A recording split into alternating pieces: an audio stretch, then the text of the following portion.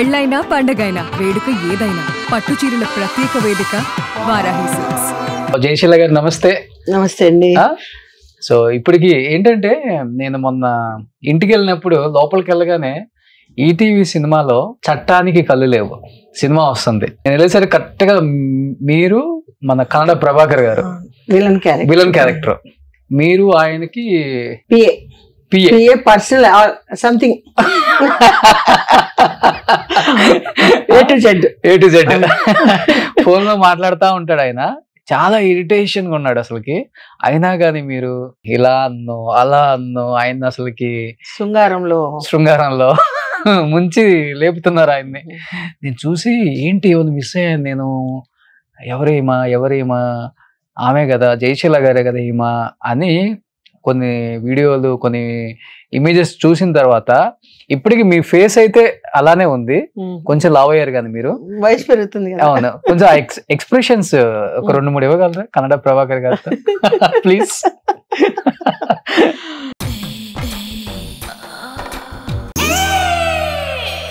ఆయనేమో నెట్టు పారేస్తా ఉంటాడు,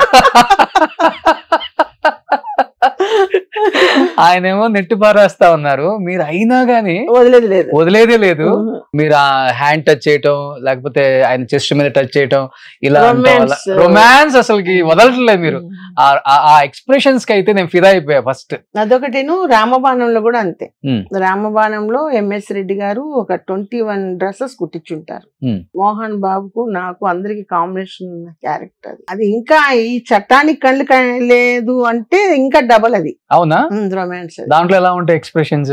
అవి చాలా బాగుంటాయి. ఫొటోసే ఒక చాలా వరకు అప్పుడు పేపర్స్ లో అంతా చాలా హిట్ అయిపోయింది.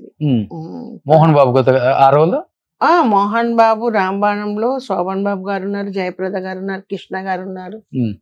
నాకు కూడా క్యారెక్టర్ గుర్తులేదు, నేను ఎప్పుడప్పుడు అది చూసుకుంటుంటాను ఆ ఫొటోస్. అంటే ఫొటోస్ లేదు, పేపర్ కట్టింగ్స్ ఉంటాయి కదా. సో నిజంగా చెప్పాలంటే వ్యాంప్ క్యారెక్టర్లకి అండ్ ఇప్పుడు అంటారు ఐటమ్ సాంగ్స్ అంటున్నాం, కానీ ఆ రోజుల్లో ఐటమ్ సాంగ్ అంటే ఒక వాల్యూ ఉండేది. అలాంటి వాటికి ప్రాణం పోసిన వాళ్ళంటే ఒక జ్యోతిలక్ష్మి గారు, జయమాలిని గారు, ఒక సిల్క్ స్మిత గారు, ఒక జయశీల గారు, విజయలలిత గారు, కైపు కళ్ళతో మీరందరూ నిజంగా హ్యాట్సప్ అండి. ఎందుకంటే సినిమాల్లోకి 2 కారణాల వల్ల వస్తాం ఆ రోజుల్లో. ఒకటి, కుటుంబ భారం మొత్తం మన మీద పడి మనమే కుటుంబాన్ని పోషించాలి, వేరే ఆల్టర్నేటివ్ ఇంకా సోర్స్ లేదు, తప్పదు, ఎలాంటి క్యారెక్టర్ వచ్చినా ఎలాంటి డ్రెస్ అయినా కానీ వేసుకొని స్క్రీన్ మీద కనిపించాలి, డబ్బులు తీసుకొని అందరిని పోషించాలి అనేది ఒకటి ఉంటుంది. ఇష్టంతో వచ్చే వాళ్ళు చాలా రేర్ ఉంటారు ఆ రోజుల్లో. ఈ రెండిట్లలో మీరు దేని గురించి వచ్చారు? నేను యాక్చువల్ గా 10th క్లాస్ చదువుతున్నాను. మా మదర్ ఒక ఇన్నోసెంట్. మా క్యాస్ట్ లో ఏంటంటే చిన్నప్పుడు పెళ్లి చేసి పంపించేస్తే ఒక బాధ్యత తీరిపోతుందన్న లెవెల్ ఉంటుంది. నేను మంచి బ్రిలియంట్ స్టూడెంట్, స్కూల్లో అన్నిట్లో ఫస్ట్ వస్తాను, ఒక సోషల్ తప్పితే. అట్లాగే మామూలు గేమ్స్ లో ఆగస్ట్ 15th అప్పుడు ఈ ఫంక్షన్స్ డాన్స్లలో కూడా ఫస్ట్ వస్తాను. సో నా ఇంకా చదివి ఏరోస్టర్స్ గా కానీ ఒక డ్రీమ్ అనమాట నాకు, ఒక డాక్టర్ కానీ. ఆ డ్రీమ్ లో చదివి ఇంకా పైకి రావాలని నా తపన. మా మదర్ వాళ్ళు ఎందుకు మనకు ఉండేది ఒక పాప, పెళ్లి చేసేస్తే బాధ్యత తీరిపోతుంది అన్నది వీళ్ళ ఇది. మా ఫాదర్ వద్దు, అది బాగా చదువుకుంటుందంటే మా మదర్ వినేది కాదు. ఏదన్నా పట్టుబట్టిందంటే అన్నం నీళ్లు మానేస్తుంది. ఇంకా భార్య ఏం అనలేడు కదా భర్త. దాంతో ఒక పెళ్లి చేయాలని నేర్చేసుకున్నారు. మా అమ్మమ్మకు నేను బెట్టు బాగా. మా అమ్మమ్మ దగ్గర పోయి చెప్తే వినడం లేదు. పెళ్లి అంట, నాకెందుకు పెళ్లి, మెచ్యూర్ అవ్వకదలిగే పెళ్లి ఏంటి నా బొంద అనేది. అప్పుడే నాకు కొంచెం బ్రెయిన్ కొంచెం అప్పుడప్పుడే ఎదుగుతుంది అనమాట. మా అమ్మమ్మని మరి ఏం చేద్దాము, ఇంట్లో ఖాళీగా ఉంచేది కాదు మా మదరు. ఇప్పుడు మాకు లీవ్లు వచ్చాయనుకోండి, ఏ మిషనో, ట్రైలింగో, సంగీతమో ఏదో ఒక క్లాస్కి పంపించేది. అంటే చదువుకొని చెయ్యని అని చెప్పేసి.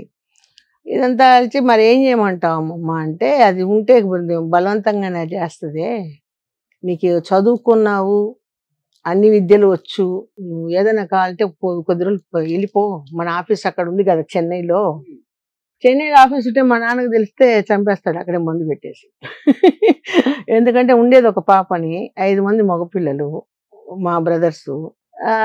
కుటుంబం హై లెవెల్. వెంకటరాజ గారు అంటే పెద్ద పేరు, Srinivasa lorry transport, Srinivasa oil mills, అంతా శ్రీనివాస. సో దానివల్ల సరే అని చెప్పి మనకు తెలిసిన వాళ్ళు ఉంటే ఈ శాంతకుమారి బ్రదరు శాంతకుమారి అక్కడే ఉన్నారు. ప్రొద్దుటూరు కదా వాళ్ళది మా ప్రొద్దుటూరు. మా నాన్నగారే వాళ్ళ పొలాలు కానీ ఏమైనా మంచి చెడ్డ. ఓకే. సో అట్లున్నప్పుడు టైలరు ఒక ఆయన సినిమా పెళ్లికి టైలరింగ్ చేసేవాడు. అక్కడికి పంపించింది మా అమ్మమ్మ. మామూలుగా అక్కడ పోయి ఉండి కొద్ది రోజుల తర్వాత మర్చిపోతారు అప్పుడు వద్దులే అని చెప్పేసి పంపించింది. పంపించిన తర్వాత అక్కడ ఉన్నాను నేను.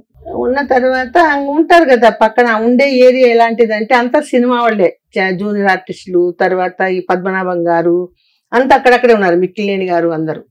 ఆ పిల్ల బాగుంది ఎందుకు ట్రై చేయకూడదని కొంచెం తిప్పారు. మంచి హైట్ ఉంటారు, మంచి హైట్, మంచి ఫిగరు, 5.7 హైట్, మంచి అందం. అందం అప్పుడు తెలియదు కదా మనకు. ఇప్పుడంటే ఏదో అందరూ అందంగా ఉన్నట్టు అట్లా అనేది ఉంది కానీ అప్పుడు మనకు అందము మనకు ఒక ఇదేని తెలియదు. కానీ ఇప్పుడు మీరు అన్నారు మంచి ఫిగర్ 5.87 హైట్ ఇన్ని ఉన్నారు కదా, ఎందుకు ఏదన్నా మంచి సపోర్టింగ్ క్యారెక్టర్ ఉన్న ఒక హీరోయిన్ పిక్చర్స్ చేయాల్సింది, అలాంటిది మీరు అన్ని వ్యాంప్ క్యారెక్టర్లు చిన్న చిన్న డ్రెస్సులు చేసుకొని బికినీలు వేసుకొని అలాంటి క్యారెక్టర్స్ చేశారు కదా, ఇంకా ఒకసారి ఇండస్ట్రీలో అలాంటి క్యారెక్టర్ వేసామంటే ప్రతి డైరెక్టర్ ముద్ర పడిపోయింది. ఐటమ్ సాంగ్ అయితే అవును పిలవండి. సో ఇక్కడ వ్యాంప్ సంబంధించిన అదే మీరు అందరు A to Z క్యారెక్టర్ చేయాలా అవును పిలవండి అంటే అన్నిటికీ జైసీలని అప్పుడు హీరోస్ కి కాంబినేషన్ చేశారు.